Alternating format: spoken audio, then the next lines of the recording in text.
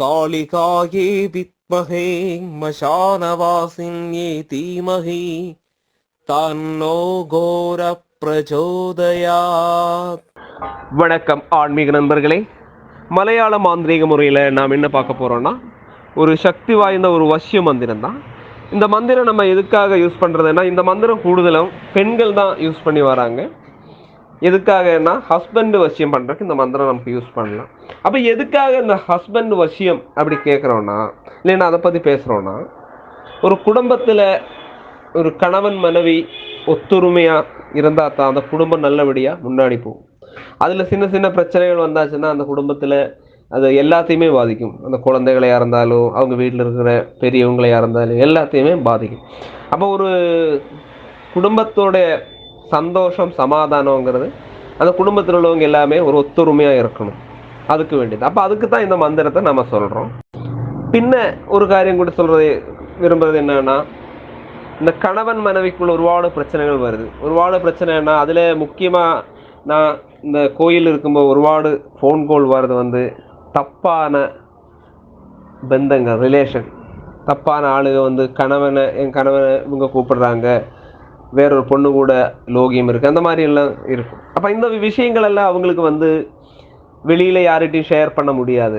குடும்பக்காரங்கிட்ட சொன்னால் ஒரு அபமானங்கிறதுல வந்துடுது.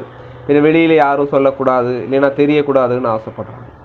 அப்போ அப்படிப்பட்டவங்களுக்கெல்லாம் ஒரு குணமாகிற ரீதியில் தான் இந்த மந்திரத்தை நான் கொடுக்குறேன். இந்த மந்திரம் ஜெபம் பண்ணி வந்தால் கணவன் மனைவி வசியம் ஆகும். அதே மாதிரி தப்பான உறவுகள் இருந்தால் தானாக பிரிந்துவிடும். இந்த மந்திரம் எதுக்குன்னா, பார்வதி தேவி சிவன்லேக்கு லயிக்கப்படுறது, அதாவது சிவனும் பார்வதி ஒன்றுன்னு சேரக்கூடிய ஒரு மந்திரம் தான் இது. அப்போ இந்த மந்திரம் நீங்கள் ஜெபிக்க அந்த கணவன் மனைவி ஒத்துரிமை வந்துடும். அங்கே அந்த தப்பான உறவுகள் இருந்தால் பிரிஞ்சு விடும். சிலவங்க என்ன செய்வாங்கன்னா, நல்ல கணவன் மனைவி இருக்கிறத வித்வோஷனம் பண்ணுறது, பிரிக்கிறது, அந்த மாதிரிலாம் நிறைய வித்தைகள் மாந்திரியத்தில் பண்ணிகிட்டு இருக்காங்க. அந்த மை வச்சுட்டெல்லாம் நிறைய பேர் பண்ணுறாங்க. அப்போ அதெல்லாமே தவறு. ஒரு உண்மையான கணவன் மனைவியை பிரிக்கிறது ரொம்ப ரொம்ப தவறு. அது மந்திர கர்மங்கள் பண்ணுற எல்லாரும் புரிஞ்சுக்கணும். ஒரு அம்மன் இல்லைன்னா ஒரு சாமியோட முன்னாடி அக்னி சாட்சியாக தான் அவங்க தாலியை கட்டுறாங்க. அப்போ அந்த தேவதையோட சக்தி அங்கே இருக்கும். அந்த சக்தியை மீறி ஒரு கர்மம் செய்து பிரிக்கிறது ரொம்ப ரொம்ப தவறு. அப்போ அந்த மாதிரி பிரிஞ்சு இருக்கிறவங்களுக்கும் அந்த வசிய கர்மங்களை உருவாக்குறதுக்கு தான் இந்த மந்திரத்தை நம்ம போடுறோம். அப்போ இந்த மந்திரத்தை எப்படி ஜெபம் பண்ணுறோங்கிறதும் அந்த மந்திரம் நான் சொல்கிறேன்.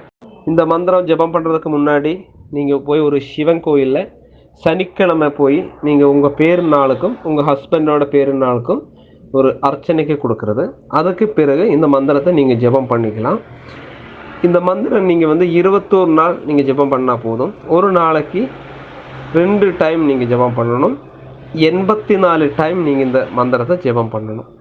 அது 21 நாள் நீங்கள் ஜெபம் பண்ணி வரணும். உண்மையான நம்பிக்கை தான் உங்களுக்கு வேணும். சிவனையும் பார்வதியும் மனசில் நினச்சி இந்த மந்திரத்தை ஜெபம் பண்ணிக்கலாம். ஒரு பூஜை அறையில் ஒரு விளக்கு போட்டு அந்த தேவதையை நினச்சி பக்தி சந்தனத்திரி கொளுத்தி வச்சு உண்மையான நம்பிக்கையால் இந்த மந்திரத்தை ஜெபம் பண்ணி வந்தால் போதும். இதுக்கு ஒருபாடு செலவெல்லாம் கிடையாது. அந்த சமயம் நீங்கள் அந்த ஜெபிக்கக்கூடிய அந்த சமயம் மட்டும் போதும்.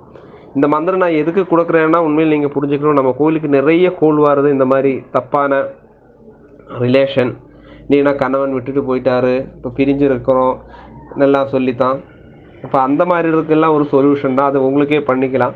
நிறைய பேர் இந்த மாதிரி மந்திரத்தை கேட்டுகிட்டே இருக்காங்க என்கிட்ட. அப்போ நான் ஒரு நாளைக்கு கோயிலில் வர கோவில் ஒருபாடோ இந்த மாதிரிலாம் மந்திரங்களுக்கும் அதுக்கான முறை தான் நான் சொல்லி கொடுத்துட்ருக்கேன். அப்போ இது பார்த்தாச்சுன்னா உங்களுக்கு என்ன கோல் பண்ணாமையே இந்த விதிகள் பண்ணிக்கலாம், இல்லைன்னா இந்த மந்திரம் பண்ணிக்கலாம்.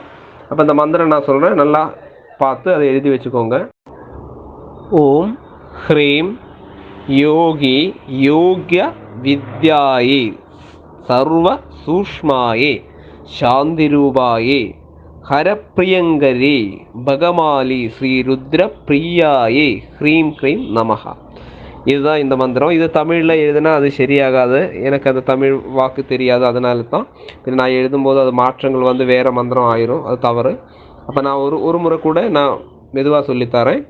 ஓம் ஹ்ரீம் யோகி யோக வித்யாயே சர்வ சூக்ஷ்மாயே சாந்திரூபாயே ஹரப்பிரியங்கரே பகமாலி ஸ்ரீ ருத்ரப்பிரியாயே ஹ்ரீம் ஹ்ரீம் நமஹா.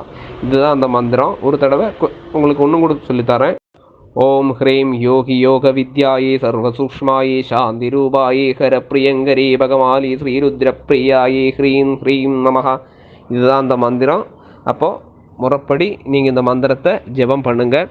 இந்த மந்திரத்தில் தப்பெல்லாம் வராது, நம்பிக்கையாக பண்ணால் போதும். இது வந்து பார்வதி மந்திரம் தான். இதில் அப்படி சின்ன தப்புகள் வந்தாலும் அந்த தேவதை பொறுத்துக்கும், அதனால் பெரிய விபத்துகள் வரும்னெல்லாம் சொல்லி பயந்துட்டு நீங்கள் இந்த மந்திரங்களை ஜெபிக்காமல் இருக்க வேண்டாம்.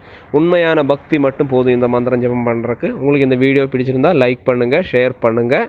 அடுத்த வீடியோ பதிப்பில் நாம் பார்ப்போம்.